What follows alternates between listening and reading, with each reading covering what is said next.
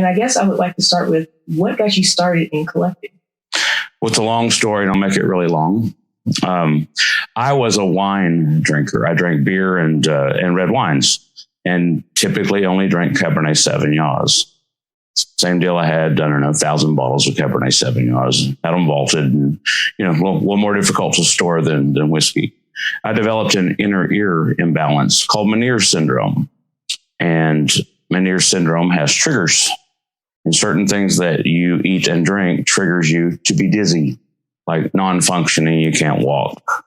You can't watch TV. You're just dizzy. Wow. And the only relief is some type of medicine to knock you out.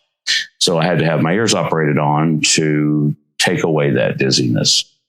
One of my number one triggers after the surgery was the tannins in red wines. So no more red wine ever. And I tried it a few times, trust me, and got dizzy, and it was miserable.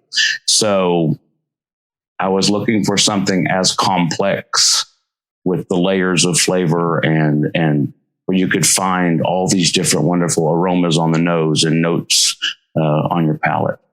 And a buddy of mine that I worked with here in Oklahoma City, a cardiac anesthesiologist named Gary Brown, long retired now. Gary introduced me to Cardhu, a single malt Scotch whiskey.